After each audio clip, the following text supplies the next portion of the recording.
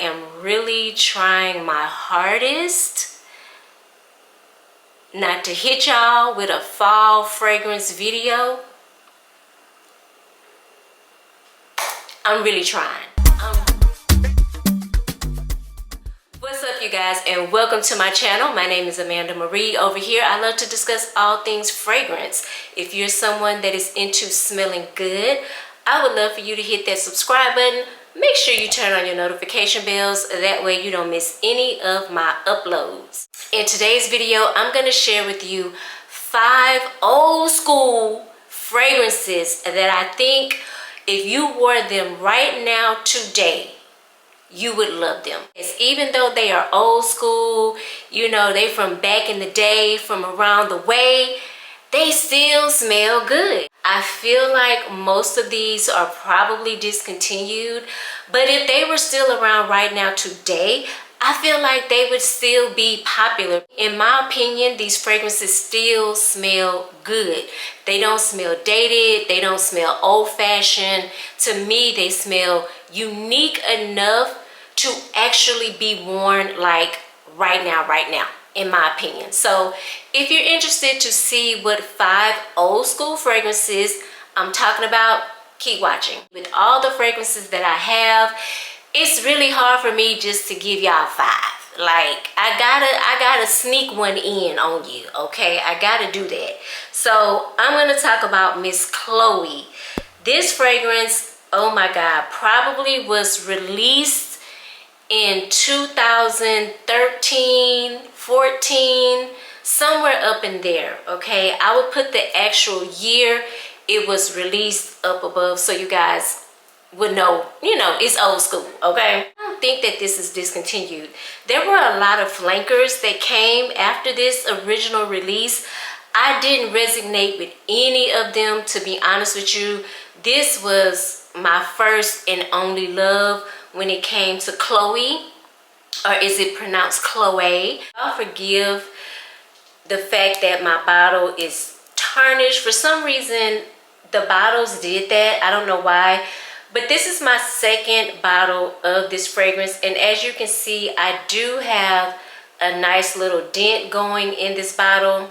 This was a love not only for me, but for my daughter. I want to say this was like her first big girl fragrance that she got, and we both love it. This is a very unique rose fragrance. I used to say that Delina Exclusive was my first love when it came to rose, but actually that is a lie. It is Chloe, okay? Chloe was my very first like real serious rose fragrance. All the other ones that I smelled prior to this, I just didn't vibe with. They weren't unique enough for me. They did give me old school, heady, throwback type of maturity type, you know the vibes. Like, it wasn't me. At the time when I first started wearing this fragrance, I was real heavy into designer fragrances. I hadn't really crossed over to niche brands. You know, I had smelled them like Killian, like Bond and stuff like that, but I hadn't really like took the leap or pulled the trigger to buy a high-end fragrance like that. So during this time, I was really in love with my designer fragrances, and this was just something different for me. It really, even right now, it's just a very unique rose fragrance. It's powdery. It's almost giving like a dry, dusty rose. It's not really sweet, in my opinion. Like, I don't pick up any vanilla in here.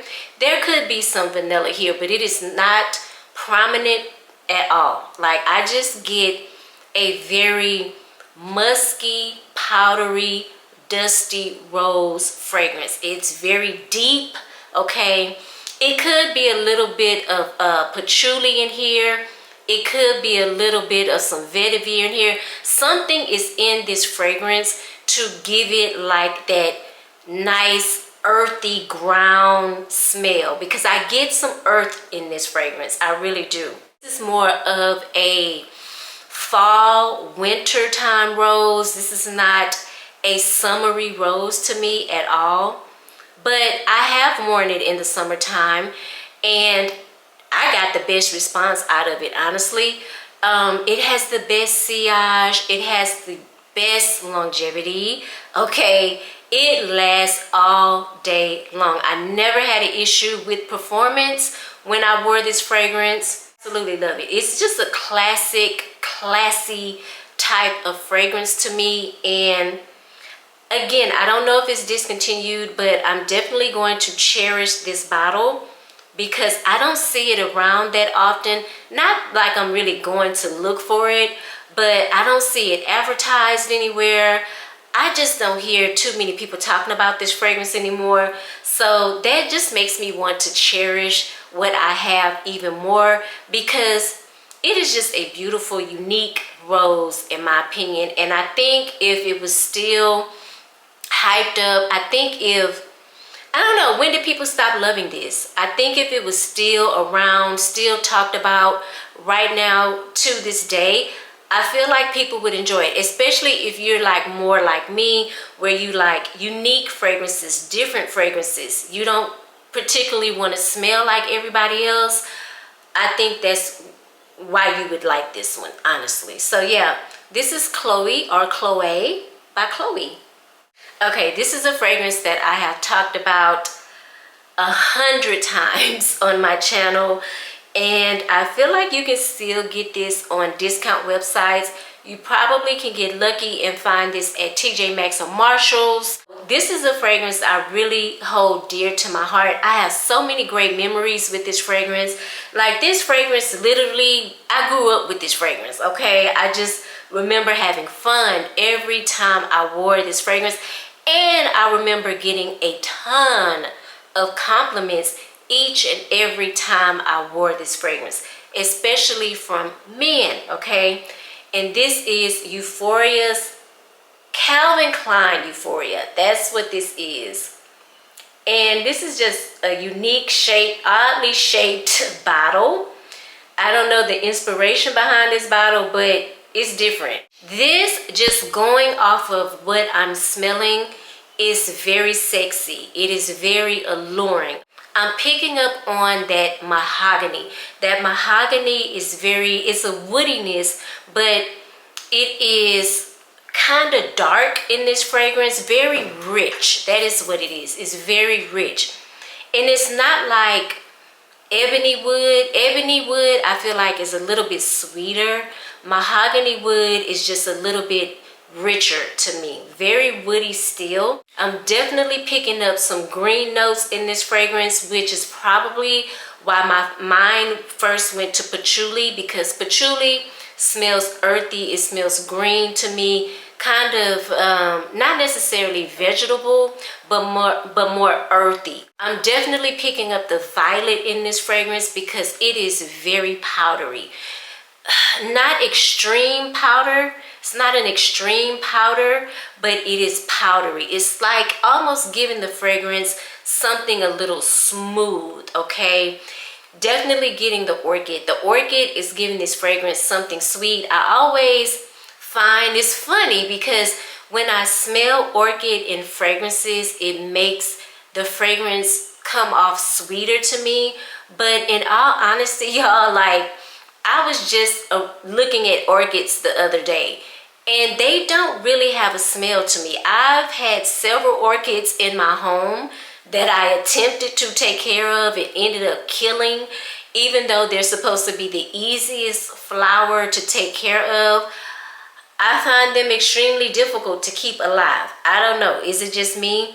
But anyway, I said all that to say, I've never smelled a fragrant orchid, okay? So I don't know if this is created in a lab or what. 9 times out of 10, it probably is, because I've never smelled an orchid that smelled this good, okay? I really haven't. But y'all, this to me is extremely sexy. It is mysterious. It is dark. It is earthy and dense. It has a lot of depth. The performance on this thing is beast mode. This is definitely going to give you 8 to 9 hours wear. The longevity is just amazing. And the projection is off the chain. This could come off slightly vintage smelling, but to others, this would be one of the most unique and different fragrances they have ever put their nose on. And I'm one of the others, okay? Because when I smelled this back in the day, I just smelled like this was a fragrance beyond its time. Like, it didn't even belong in the 99s in the 2000s. In my opinion, it belongs right here, right now in 2024. That is how I feel, because it's just, it's different, it's unique, it's almost teeter-tottering on odd a little bit, but I love it. I love it, and I think if it was still around today, it would be a popular fragrance. And I don't really carry on that much about Calvin Klein fragrances. There are probably a few that I can think of right off the top of my head that I felt like were very interesting fragrances. This is going to be more of a fall, wintertime scent to me. It's so heavy. I just don't see myself ever wearing this in, you know, spring and summer. It's just too heavy. It's way, way, way, way too heavy for that, okay? So I would definitely reserve this for fall, probably more so winter. But yeah, this is a really great scent. Love it to death. Again, this is Calvin Klein's Euphoria. This next fragrance was one that blew me away as well.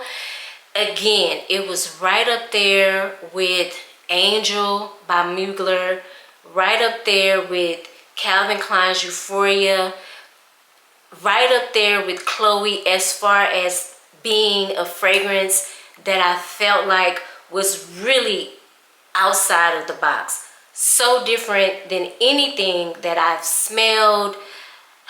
It was just, again, a fragrance way beyond its time. And I am referring to Lolita Lempika.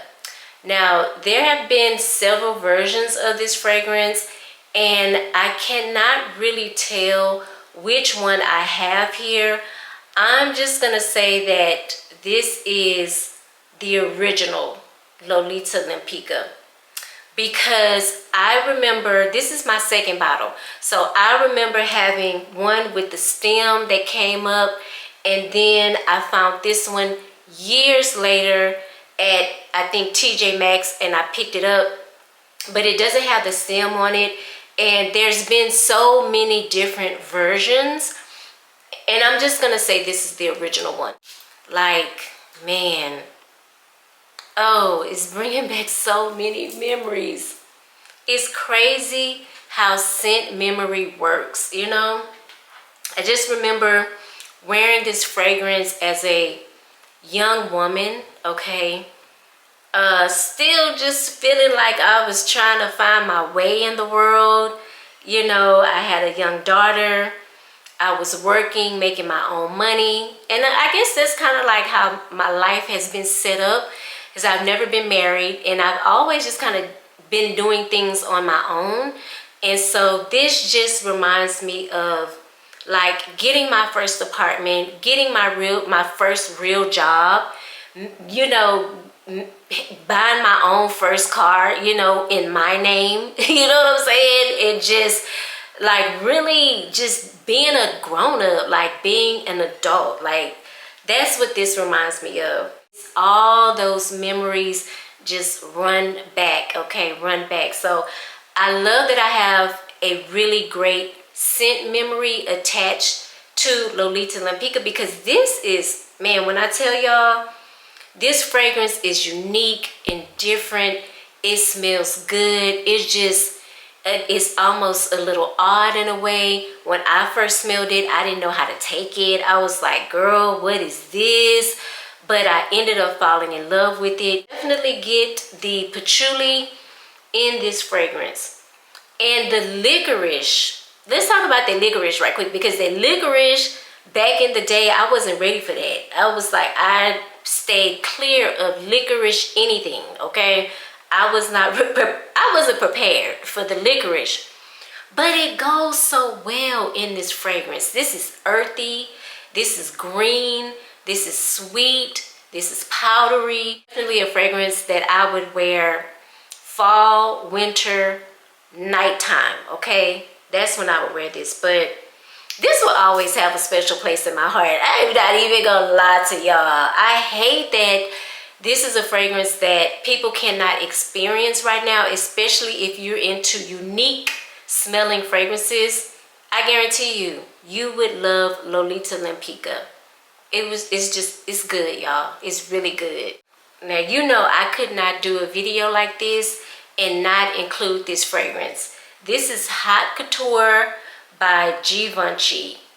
Man, if you can get your hands on a bottle of this, I promise you, you will not regret it. Yeah, this was my gateway into Givenchy fragrances. And to be honest with you, I feel like because of this fragrance, I've just always been like a lover of Givenchy fragrances.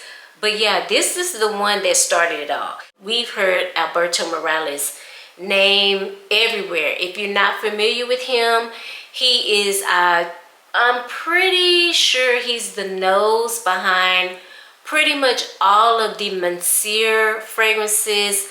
Also, I feel like he's the nose behind that new, maybe the latest release of Dolce & Gabbana, the one that had the peach in it. But yeah, Alberto Morales has been the nose behind a lot of my favorite perfumes, okay? And baby, when he did this, he did something here. In the opening, I get those bright, fruity notes. I get the citrus from the orange. I get the zest from the bergamot.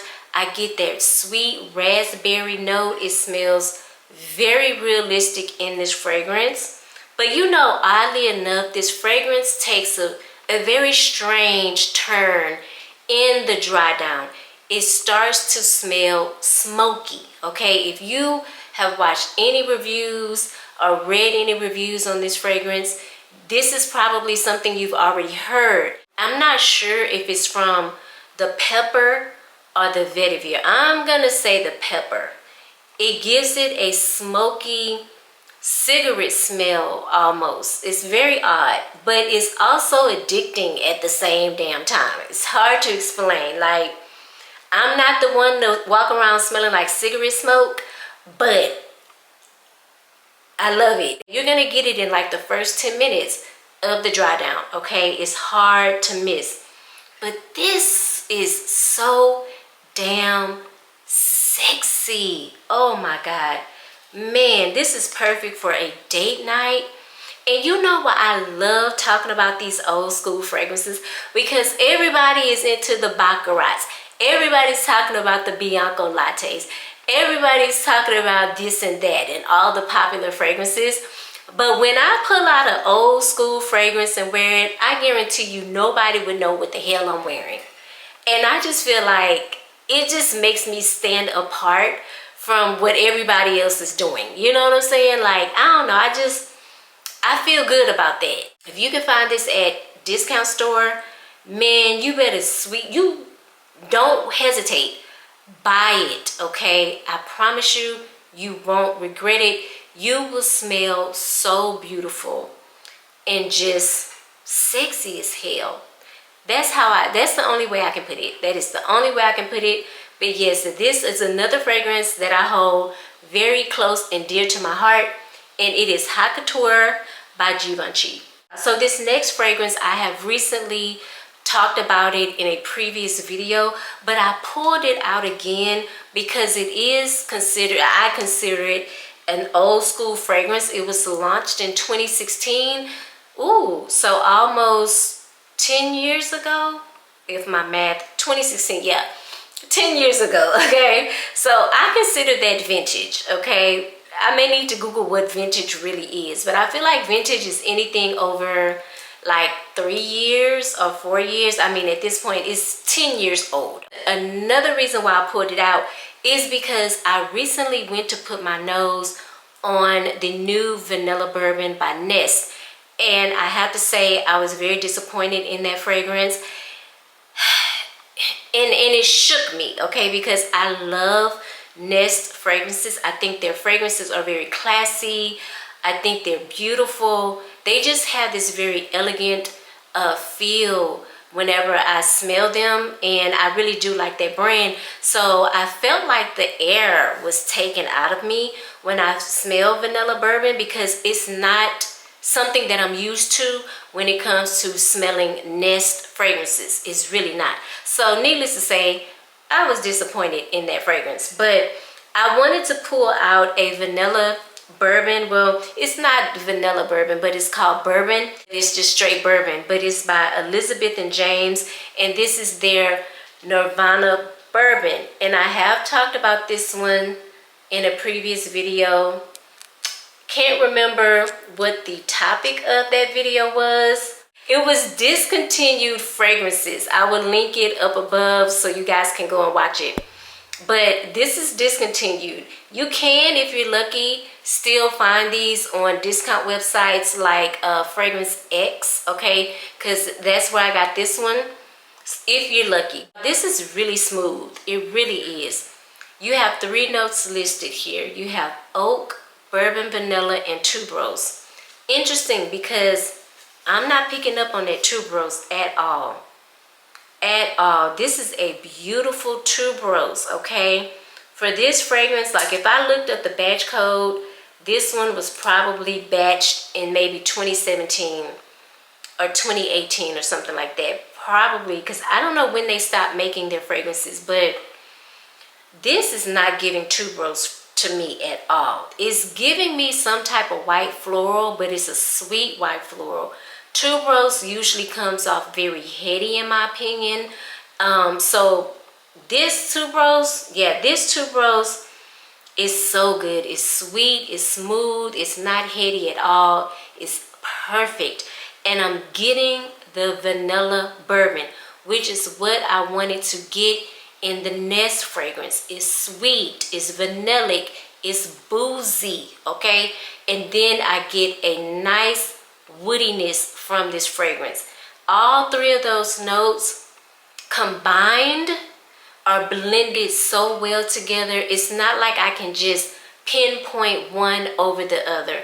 And I love when fragrances are blended so well like that, when I just can't pick out, you know, a particular note. This is going to be a fragrance that I'm going to pull for a lot in the fall because it's smooth.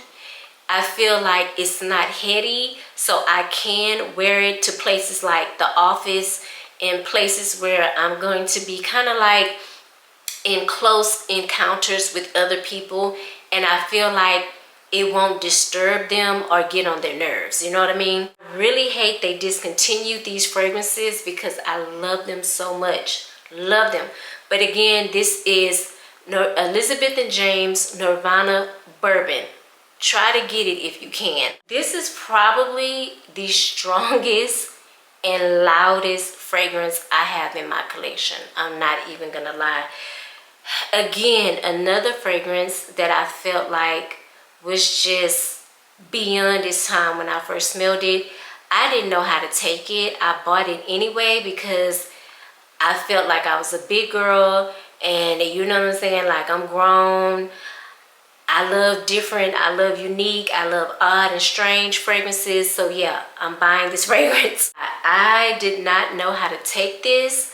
And this is a flanker. This is a flanker to what I had at first. And I want to say the first one I had was just the original Prada.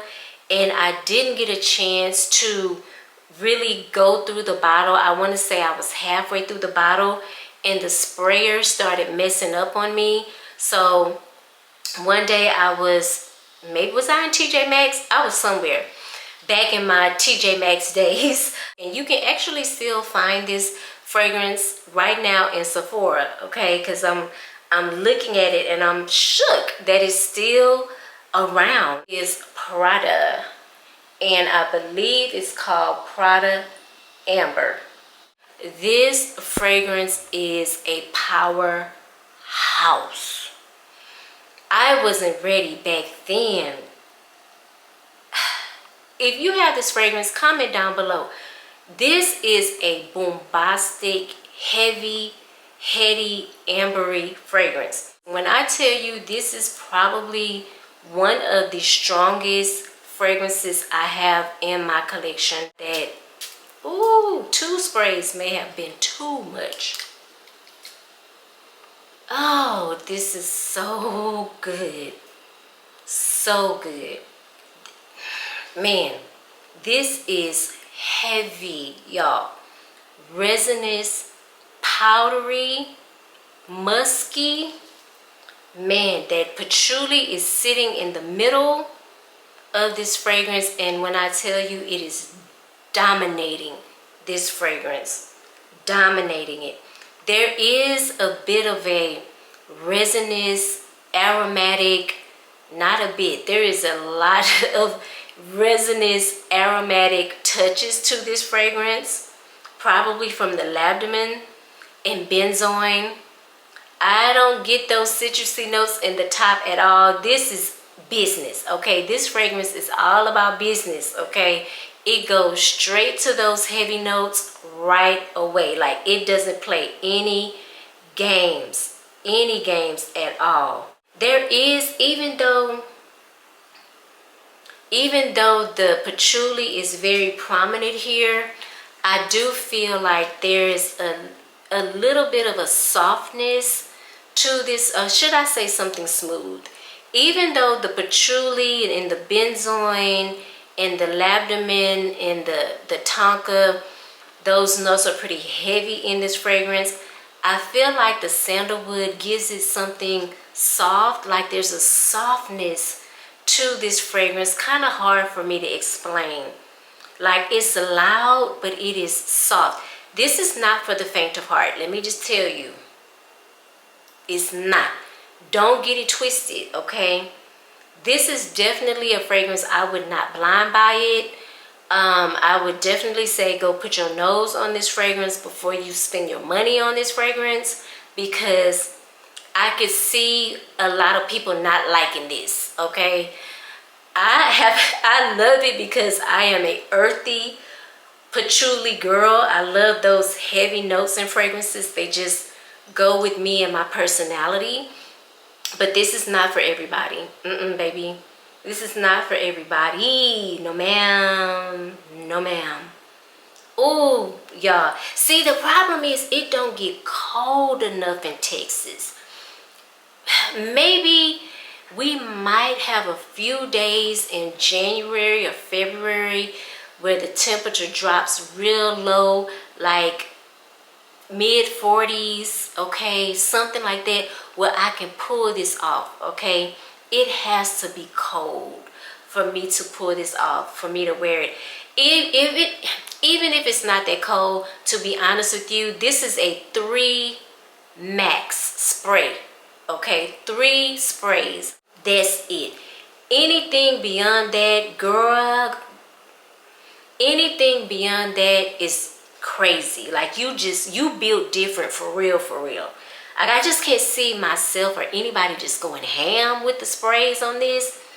I really can't. But this is, again, one that is going to be very unique, very different, and I can't wait to wear it when it gets really cold. You will never have a problem with projection on this. You will never have a problem with longevity on this. This is going to be one of those fragrances that is, in my opinion, reserved for cold days, preferably nighttime, okay? That is when I would wear this. I don't see myself wearing this in the office. My coworkers would hate me. They would hate me if I wore this to work. They really would. But yeah, this is just, again, different. It's unique. It's odd. It's heavy. It's loud. It's earthy. It's speechless. Okay? Speechless. Every time I smell this, I almost get lost for words because it's just so damn different. Okay? But yeah, this is Prada Amber by Prada. A lot of y'all will not be ready for that one. Let me just tell you right now. Y'all not ready for that one. For me to tell y'all that is one of the strongest fragrances I have in my collection, please know I'm not lying. Those were my 5 unique old school fragrances that I think could still stand up right now today in 2024. I really do feel that way. I really do. Comment below if you have any of the fragrances I talked about in this video. Let me know what your favorite old school fragrance is. If you are into fragrances and you enjoyed my video, please hit that subscribe button, turn on your notification bells. That way you'll be notified each and every time I upload. I hope you guys enjoyed this video. I hope you are having a pleasant day, and I hope you are smelling good doing it. I will see you in the next video. Bye.